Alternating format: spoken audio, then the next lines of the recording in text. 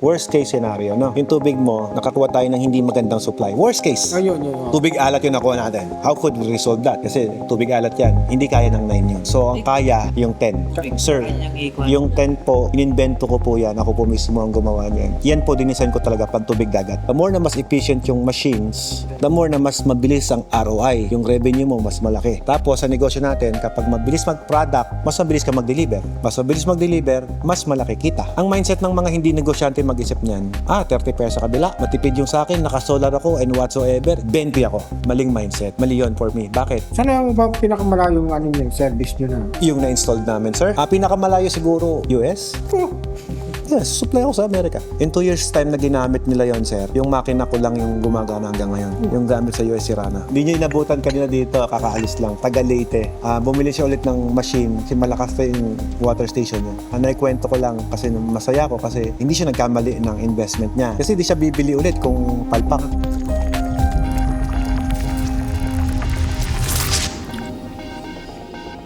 Ang waiting natin po, bago madala yung makina, Hindi sir, para ma-visit yung 1 week. Within a week, we could give you schedule right away once na we have already contract. Mabibigyan agad namin kayo ng schedule kasi syempre dapat gumalaw na rin yung sa inyo eh. Dahil syempre may pera na kayong nilabas. So as much as possible, we like na ma-maximize na yung pera ninyo. Meaning to say, dapat po, nag-move na yung project.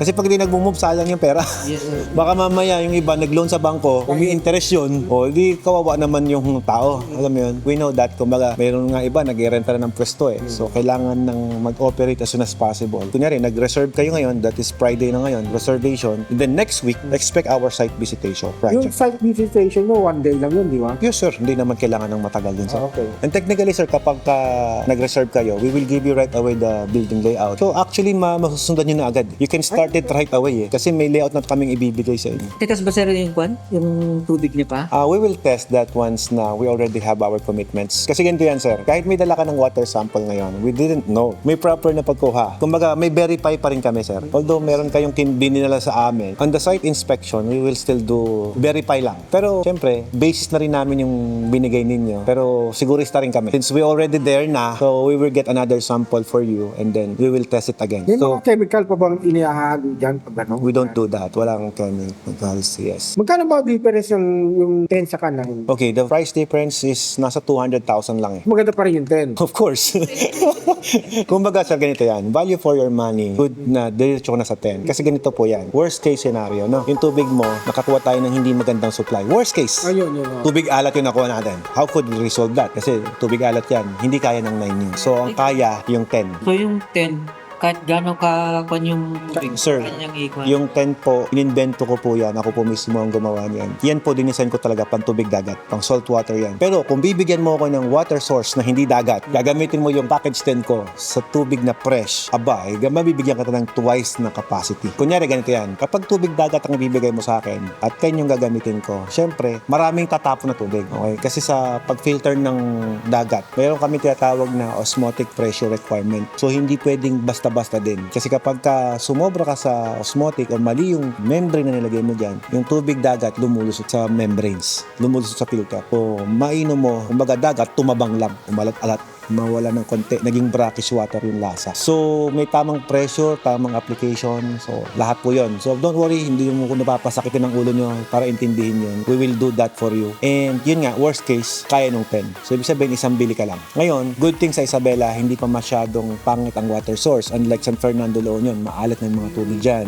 On your part, Isabela kayo, so, technically, karamihan sa customer namin ng Isabela, fresh water yung nakukuha namin. So, if you have 8 membranes na ganyan, I could give you at least 24,000 gallons per day. Ganun kalakas. Kasi yung 9 natin is 12,000 gallons per day. Multiply by 2, that's 24. At ang kagandahan po ng 10, yung reject water natin, nare-recycled natin. Hindi rin natatapon ng May tumatapon, pero little amount. Okay, ganito po yan, sir, para mas maintindihan niyo po. Sa water natin, we have 100% na binabato sa machine. Pagdaan sa unang process niyan, itatapon natin yung marumi, kukunin natin yung malinis. So, nag 50-50 na siya, sir. 50% nakakuha ka na. Saan napunta yung 50? Kung yun yung package 9, tapo na yun sa kanal diretso. Okay? Ngayon, dahil 10 po yan, yung 50 na yon ibabalik ko po yan sa tangke mo. Kaya tatlo ang fill ng tangke niyan. So, ibabalik ko po yun at ngayon, i-reprocess ko po yung reject water na yon at yung kalahati ng 50, that's 25% makukuha natin as product at yung 25% na lang ang tatapon. So, ngayon, kung mo sabihin sa akin na which one is mas matipid, doon sa tumatapon na 50% ang tapon o 25% lang yung tapon. So, ganun gumagana yung system. So, technically po, kumbaga, kung ang puhunan mo sa package 9 is piso per isang container na ganun, yung 10, mga 50 cents na lang. So, ang liit ng puhunan. The more na mas efficient yung machines, the more na mas mabilis ang ROI. Yung revenue mo mas malaki. Kasi, for example, boss, ganito yan. Kung ang benta mo sa tubig mo, 30 pesos, yung kalaban mo, ang puhunan dun sa isang container na ganun, 5 piso.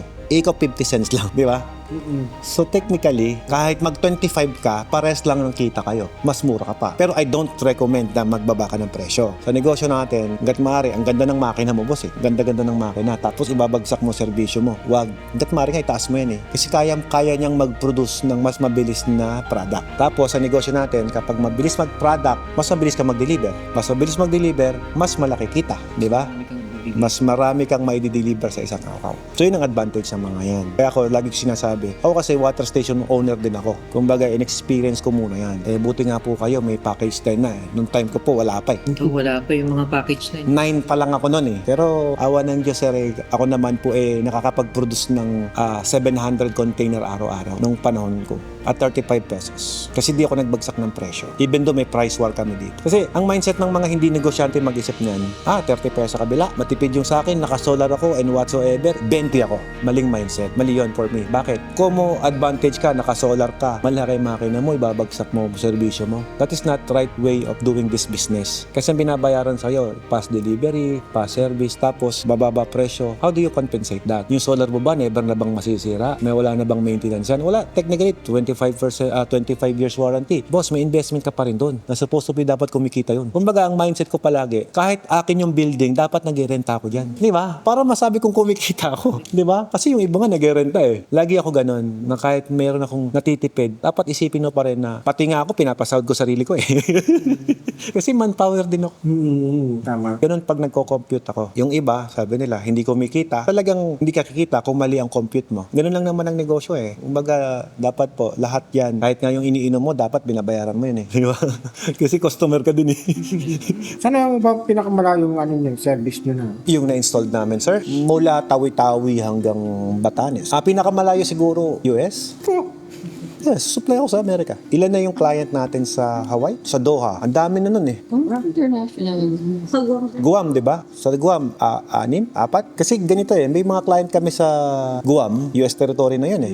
Ang kalaban ko doon, US company. Ngayon, yung mga contractor doon ng mga kababayan natin, syempre, na alam yung watermark, nakaka-save sila. Kasi mas mura yung machine ko eh, compare doon sa US. Ngayon, sabi niya, Alfred, bili ako muna isa. Subukan ko yung package 10 mo. Kasi maalat ang nakukuha nilang tubig doon. Tsaka contractor sila eh. So, ang nangyayari po, bumibili sila ng makina sa US. Siyempre, bumili din sa akin para masample. In 2 years time na ginamit nila yon sir, yung makina ko lang yung gumagana hanggang ngayon. Yung gamit sa US Sirana. Kaya nga sabi ni Alfred, okay tong makina mo. Kaya naka-6 na part sa akin yun eh. Ang daming binili sa akin eh. Nung nag-retired na po siya, pag uwi sa Pilipinas, nagnegosyo ng tubig. Water station. Sabi niya, Alfred, hanggang ngayon, yung makina mo, iniwan ko doon. Yung mga kababayan natin ang gumagamit. So, proud ako. Kasi naiko-compare ako sa isang malaking company sa Amerika. Tapos yung makina ko yung ginamit. Ang nagustuhan po nila sa machine ko, sir, ganito. User-friendly. Yun lang. Hindi sila nahihirapan sa pyesa. Hindi sila nahihirapan i-repair. Kasi available lang parts dito niyan. Lalo sa Pangasinan, available. Kumbaga, anywhere in the Philippines. Kasi ganito ang ginagawa ko, sir. Ang idea ko ganito. Water station operator din ako. Ngayon, number 1 na ayaw ko, masisira yung makina ko. Kasi pag nasira yan, stop operation ako. Ngayon, ilang pamilya yung magagalit sa akin na hindi ako nag-deliver ng tubig. Diba? Nauuhaw eh. Technically, bawal siyang masira. Imagine mo, kung may pyesa ako na kailangan ko pang orderin somewhere, China or Germany, na hindi ko mapalitan right away, diba? Patambay. Yun ang ayaw ko. Ang konsepto ko ganito lang. Kung ano yung mga pyesa na available sa market and make it more simple. Tinan mo, switch na ng bahay yan eh. Oo. huwag mo sabing tinipid. Breaker pa rin yan. Di ba? Breaker pa rin yan. Na pag nasira mo yung breaker ko, Madaling palitan. tama. Kasi Makakabili ka kahit ano. Ang tanong, mababoid ba warranty? Hindi. Kasi ang mangyayari po niyan ganito. Sir, taga Isabela kayo, di ba? O, pag nasira, Alfred, nasira yung breaker mo, nagsushort na eh. Bumababa na ng kusa, sira na yung breaker. So, anong gagawin ko? Bili ka sa hardware. Pwede yun. Kaya, padalang kita. Talagang wala kang mabili. For your convenience, di ba? So, kung nakabili ka sa hardware, tawagan mo kami. Sir, ganito, ikakabit yan. Assisted by us. Ikaw yung manpower ko doon. Boss, modern na ngayon. Meron na tayong video call. Pwede nang mag-picture, pwede nang mag-video call na, sige, baklasin mo tong gantong part, kabit mo na yung nabili mong pyesa sa labas. Hanggat guided ka namin, boss. Paano na void yung warranty? Guided ka namin. Not unless tinampered mo. Ayun, talaga void warranty. Kasi walang record sa amin. Lahat po kasi ng transaction natin, boss, recorded. Recorded sa opisina namin yan. For example, nasira yung makina, nagpa-assist kayo, assisted by ganito, done, o after sales, done. Kumbaga, considered pa rin na after sales, sir, yung on-call eh.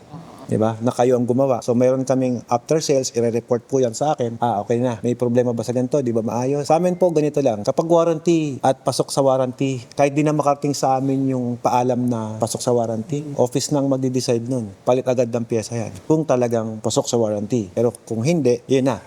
Libre pa rin naman ang services namin. Again, sabi ko nga, lifetime service warranty, walang babayaran. Ganda. Lifetime ano. Yes, ganun kami dito. Ito po, sinimplify, madaling palitan, madaling ayusin. The reason why hindi ko pinacomplicated para mag-benefit din kayo. Kasi pag pinatoxic ko tong pinadami kong control center to, ganun din mangyayari. So same thing din sa mga ibang products namin, like yung ice plant namin, yung mga yellow namin. Manufactured in China, yes, some parts papalitan ko yung mga pyesa na available sa Pilipinas kasi some parts nun hindi available sa atin. So, para hindi matigil ang operation, palitan ko ng available na parts dito. Ilang infiltration siya? Oh, this is 36. Ganun kadaming dinaanan. Same din ng 9. 36 din yung 9. Ay, 35. Sorry, lamang ng isa. Sorry. Namali. Nalito na ako. Actually, mas marami pa sana yan. Kung isasama ko sa bilang yung tangke. Kasi yung tangke supposed to be dapat kasama sa filtration yun. Bakit kasama sa bilang yung tangke? Kasi yung tangke kasi may mechanical filtration doon eh. Yung coagulation, meron doon eh. Pero di ko sinama sa bilang. Pag binilang mo yan, isa-isa, yun po yung level of filtration niya. Yung sa tipid, sir, ibig sabihin sa kuryente. Kuryente at saka sa tubig. Itong 10. Kasi Yung binanggit ko kanina, sir, yung 10, 25% lang ang tapon. Yung 9, 50% ang tapon. So that is the tubig alone.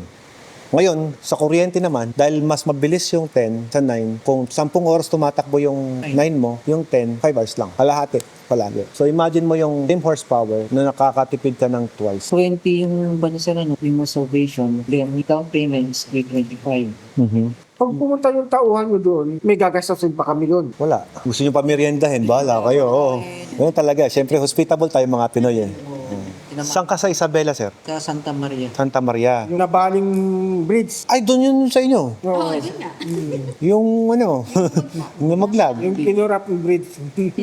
Kumusta, sir? Naging tourist spot na po ba? Naging ganun na nga. Naging gano'n na.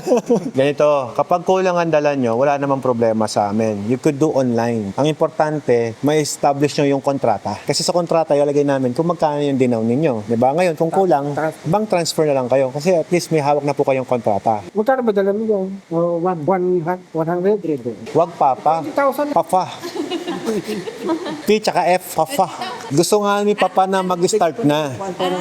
Si papa nagmamadali. Ganito na lang, sir. Kung may 100,000 kang dala, execute the contract now. And then, upon site visit, doon yung collect na lang yung kulang. Kasi pupuntahan pa naman kayo. So, parang ako gusto ko mag-site visit dyan. Puntahan ko yung bumagsak na tulay.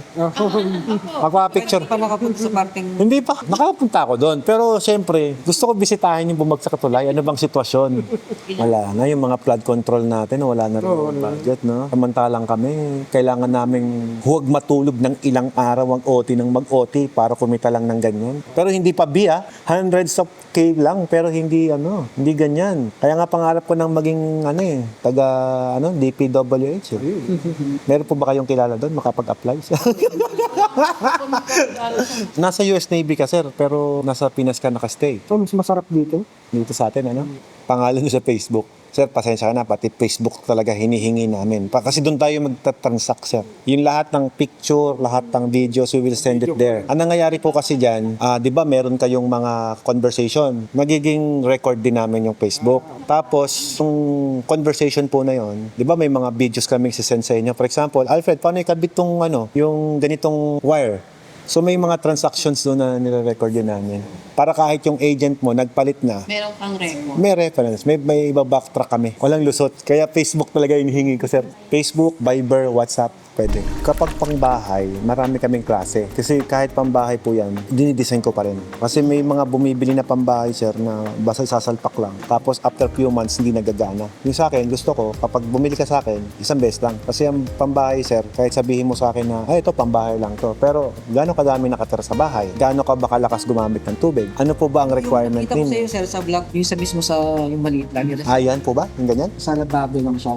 Yun, maliit. Meron kami noon na 15,000 pesos. Kapag centralized po yun, meron kami na, magkano yung fully automatic natin? 95K. Buong bahay mo, pati pampaligo mo. Kasi ganito yan kapag wala ka nun, yung mga heater mo, mga appliances mo, number one na panlinis natin sa bahay is tubig. Ngayon, kung wala kang filtration, masisira yung mga appliances ninyo. Kung meron kayong mamahaling kaldero, mga kutsara, plato, namumuti. So, kumakalawang, kung naninilaw.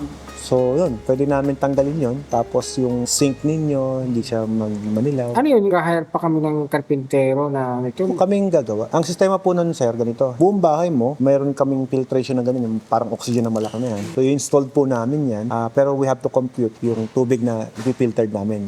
Ganun, maarte po maarte dito. Hindi kami basta-basta nagbebenta rin kasi. Kasi gusto namin, masulit yung pera. Alam mo yun? Kasi pag mali yung binigay ko sa'yo, hindi worth it So, kung gusto mo, buong bahay, centralized, tapos yung pang-inom mo, iba yung purified water. Meron din yung pump yun. Wala na. Pero syempre, kung may pump kayo doon o magkapalagay kayo ng pump, syempre mas pabor sa amin yun. Kasi the more na mas malakas ang pressure, mas okay. Kasi kapag nag-auto cleaning yan, auto cleaning kasi yan mas malakas ang pressure, mas okay na. Kami na mismo magpapalagay o Sa pump, hindi po kasama yan. Pero pwedeng isama nyo na. pwedeng isama namin. Pero syempre, again, May dagdag yun. dagdag Okay yun. lang. Doon naman sa drinking water ninyo, iba naman po yun. Kumbaga, so 95,000 kasama na yung drinking water, no? Wala pa. Yung sinabi ko kay sir na 15,000. So parang 95,000 plus 15K. So yung pambahay tsaka buong bahay mo, filtered water na yung kahit yung sa bidet, pwede ka nang May mga cases, ma'am, na even yung pang toothbrush mo, mabaho yung tubig na lumalabas. May mga ganong klaseng lugar. Tapos natin dito sa labas. Unang ang baho. Yun, nasusolve namin yung mga ganyan. Mismo. Hindi pa ngayon. Ito naman. Wala natin. Tatawag ka kay Papa. Ay, na si Papa mo. Hindi niya inabutan kanina dito. Kakaalis lang. Taga Leyte. Bumili siya ulit ng machine. Kasi malakas pa yung water station niya. So from Leyte, travel ulit siya. Punta rito. Isa pang machine bumili ulit. Ngayon may laundry pang kasama. Ako naman, ma'am, naikwento ko lang kasi masaya ko kasi hindi siya nagkamali ng investment niya. Kasi hindi siya bibili ulit kung palpak. Maganda yung muna. Oo. Nung una, package 7 siya. Bili ko package 9 na. Bakit yung ibang ganito, may parang may lasa? Yung mga nabibili ko sa... Mahirap mag-comment sa ganyan, ma'am. Kasi kanina ko pa Kami, ma'am, kami, kumbaga, since customize yung machine, syempre ang expertise namin kung ano yung nakalagay dyan sa bote. And would you believe na yan ay parang maliit lang po na machine? Table machine lang namin yun. Yung iniinom mo ngayon. Hindi pa yan yung high-end. Mas iba pa yung lasa ng high-end namin. Ganon din yung magiging label. You could use the logo of Watermax, but may iba kayong brand name. Kasi hindi po tayo franchising. Ang lalagay lang ng is powered by Kung gusto mo gamitin yung Watermax, ibang bayad. Tag nilagay mo yung mukha ko dyan, yan. Mahal. Mahal na yun. May talent fee na yun, ma'am. May talent fee na. Pag logo, libre. Pag may mukha ko, mahal na.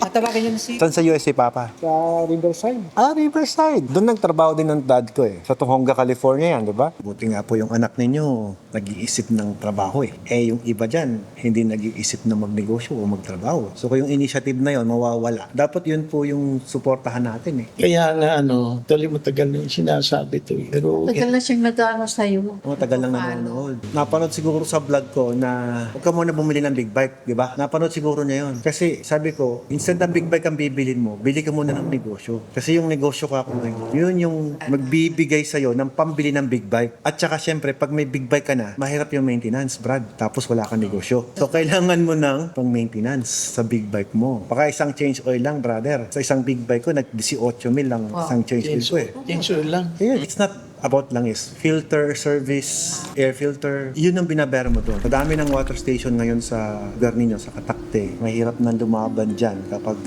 Yung way na yon, yung kalsada na yon. marami na yan. Kahit madami na yon, ang totoo niyan, ang lagging edge natin, dapat yung makina hindi papahuli. Kahit hindi na maganda yung makina, ang problema, kung pangit naman ang management mo, mababang. So ganito yan eh. Kahit bigyan kita ng pinakamagandang makina ngayon, kung pababayaan mo pa rin yan, mababang ka pa rin yan. So ang pinaka-key talaga dyan is yung kung gaano ka-eager. You have to set a goal. For example, kakatakte, sa feasibility study ko, at least mga 500 bottles kayang-kaya kong magbenta.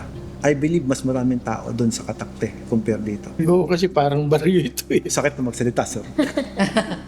Pero sa maniwala ka, hindi. Hindi ako bumaba ng 700 bottles dito. Kasi solo mo na to eh. Ay, hindi po. Marami pong water station dito. Ay, ganun. Madami dito. Hindi nyo pa pala daan yung mga tubigan dyan. Mga kliyente ko din yan. Ganito yan, nagmamatter po palagi yan. Bukod sa machine, yung management mo, tsaka services. Ang binabayaran sa atin kasi is services. Okay, sabihin mo na yung tubig, product mo yun. Pero top of it, dapat maganda rin yung servisyo. Kasi pag pangit ang servisyo, hindi sila lilipat sa'yo to buy your products. Yun ang isa sa goal natin. May mga taga-Bulacan din akong client. Ayun, nakabiyan na rin silang lahat. Yung iba naka-Ducati. Yung water station din sila. It's a good question. Ilang tao ang pwede natin i-hire sa water station? Ako po, on my own strategy mo, ang ginawa ko, kapag ang customer mo nasa 200 na araw-araw, dapat may isa ka pang machine. Hindi lang dapat isa machine na dapat dalawa. Pero pag nasira yung isa, meron ka pang backup. Dami kayo, package 7. Ngayon, ano po binili niyo? Package na. At 69 years old, water station operator. Alfred, itong ginagawa naman namin. Hindi na to pang sa amin. Para sa mga anak mo namin to. Another income ko yun. Pero hindi ko ginagawa kasi nga gusto ko kumita kayo. Kasi kung ang thinking ko dyan, pagkakitaan kayo for the rest of your operation, walang problema. Pa-franchise ko. Pasingilin ko kayo ng maintenance and everything. Pag nagpa-picture mo, tuwan-tuwa ako. Bakit ka mo? Sir Alfred, ako pala yung nakabili sa'yo ng water station. Oh, ride naman tayo minsan. Uy, may big bike ka na. Congrats. Di ba? True story yan. Boss Alfred, punta ka dito sa Batangas. Ano meron? Sir Alfred, nabili ko na yung resort na. Congrats. Kung naging greedy ako sa pagkamal ng pera dito. Kita niyo naman ang customer ko. Ang dami.